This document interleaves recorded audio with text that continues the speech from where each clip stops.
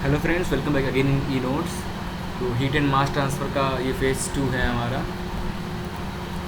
ठीक है, तो इस लेक्चर में मैं आपको जो बाकी का बचा हुआ था 2 यूनिट का वो कंप्लीट कराने वाला हूँ। जो भी इम्पोर्टेंट क्वेश्चन है वो हम यहाँ पे डिस्कस करेंगे। ओके।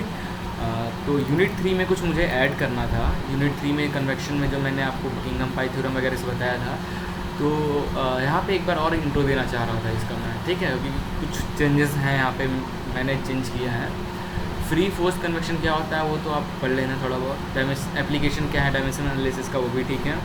बकिंघम पाई थ्योरम सही है, उसका डेरिवेशन करना, उसका प्रोसीजर बताना, उस पर न्यूमेरिकल भी बनते हैं। ठीक है। डायमेंशनल होमोजेनिटी क्या होता है, थ्योरी है, पढ़ लेना। रेलाई मेथड एंड ड्रॉबैक्स, रेलाई मेथड कैसे यूज़ करते हैं, उसका प्रोसीजर क्या है, ड्रॉबैक्स क्या है उसका, वो देख लेना।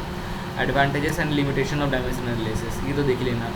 अब देखो, फ्री और फोर्स कन्वेक्शन, एक बकिंघम पाई थ्योरम से अगर बकिंघम पाई थ्योरम का डेरिवेशन आ गया तो ठीक है, नहीं तो न्यूमेरिकल बना।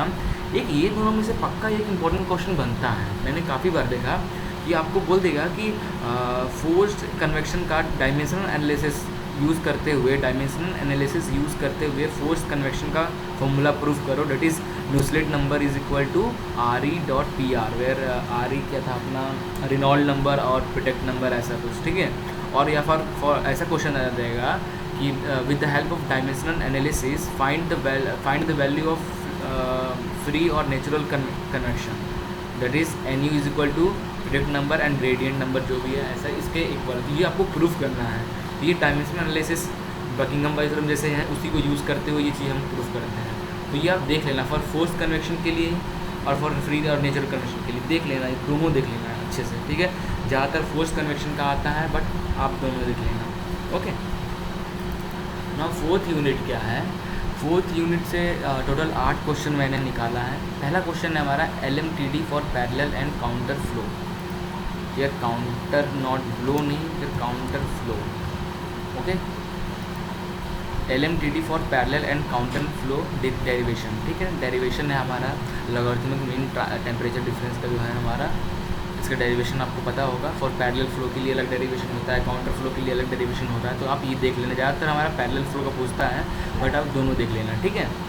अगला क्वेश्चन है हमारा classification of heat exchanger. Heat exchanger का classification means parallel flow condenser exchanger, जो भी क्लासिफिकेशन में आता है वो सारे आपको यहाँ पे नोट करना है। जैसे कि मैं आपको बता देता हूँ उसमें क्या क्या आपका आ जाएगा क्लासिफिकेशन ऑफ हीट एक्सचेंजर में। क्लासिफिकेशन ऑफ हीट एक्सचेंजर में आ जाएगा डायरेक्ट कॉन्टैक्ट हीट एक्सचेंजर क्या होता है, इनडायरेक्ट कॉन्टैक्ट हीट एक्सचेंजर क्या होता है, parallel flow, counter flow, cross flow, ये सब, concentric tube, shell and tube type condenser, multiple shell and tube passes condenser, evaporator, ये सब आता है क्लासिफिकेशन में। ठीक है, तो ये देख लेना। Fix law of mass transfer, fix law क्या होता है फॉर मास ट्रांसफ़र के लिए, वो देख, उसका डेरिवेशन देख लेना। What is mean by fouling factor, falling factor क्या होता है और how does it affect the performance of heat exchanger, इसका डेरिवेशन है वो भी देख लेना। Define heat exchanger effectiveness. ठीक है, हीट एक्सचेंजर इफेक्टिवनेस का इसका भी डेरिवेशन है, उसका थ्योरी है, थोड़ा सा लिख के उसको डिराइव कर देना फॉर्मूला को। ओके।